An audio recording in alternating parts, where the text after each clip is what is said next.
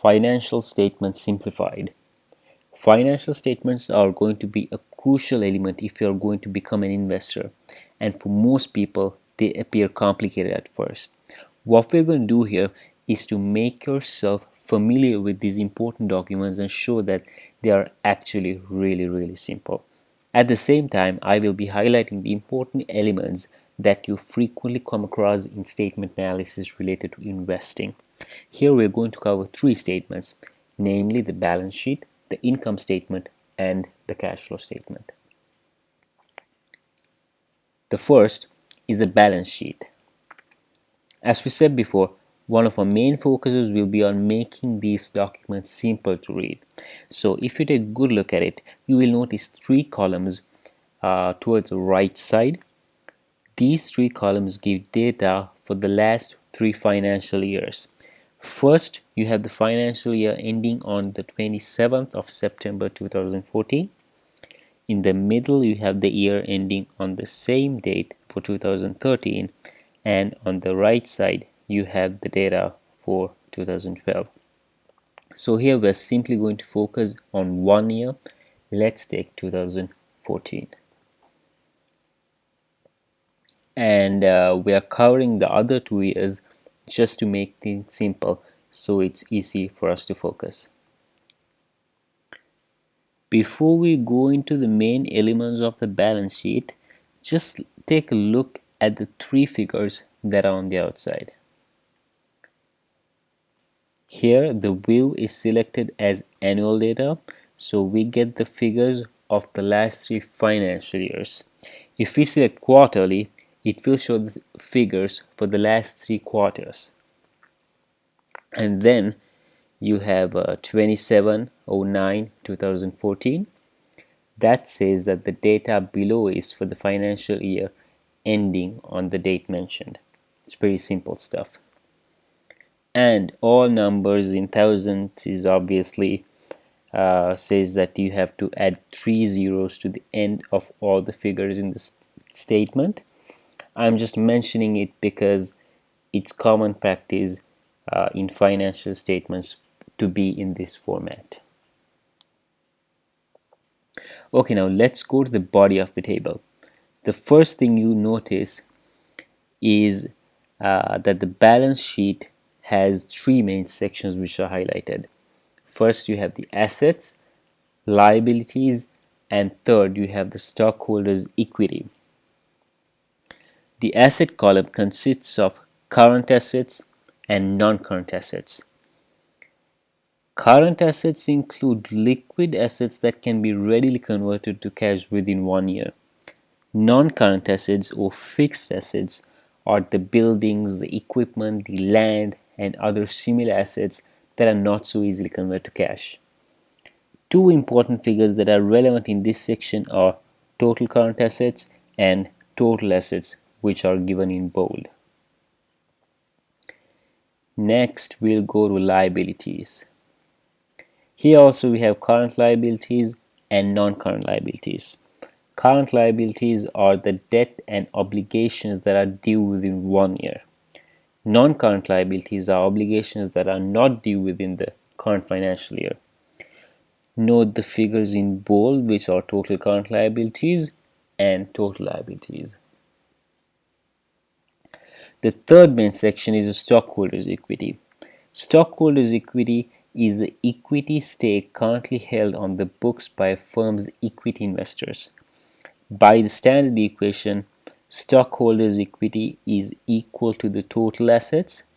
You have the total assets minus total liabilities. That's the stockholders' equity equation. And finally, another important element in this balance sheet is the net tangible assets, which is important in ratio analysis. If you remember, its calculation was discussed in the previous lesson, so I'm not going to talk about it in this lesson. Okay, secondly, you have the income statement. The income statement is actually pretty straightforward, and we'll go through it from the top to the bottom. Here also we'll get rid of the previous 2 years, so we'll end up with the last financial years that we'll be focusing on, which is 2014. First, we have total revenue, and when we subtract cost of revenue from that, we get the gross profit. Okay, from the gross profit, we subtract the operating expenses. Here we have R&D and selling and administrative expenses.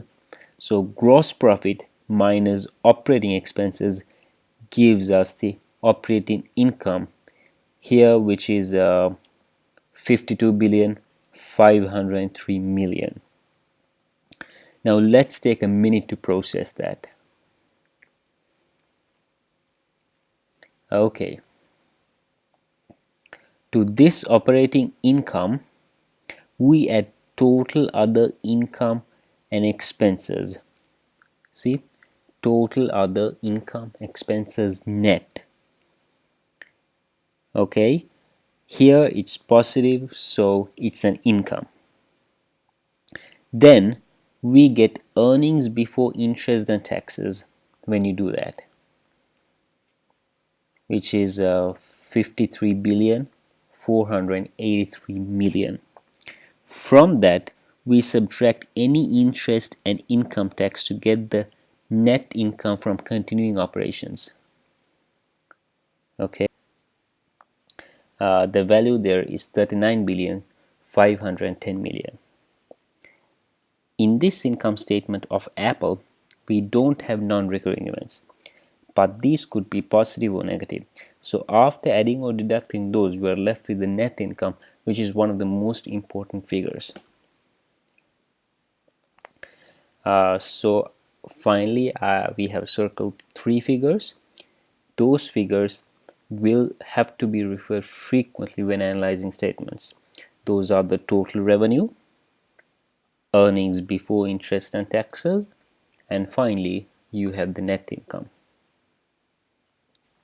Okay, that's about the income statement, and we are going to move on to cash flow statement.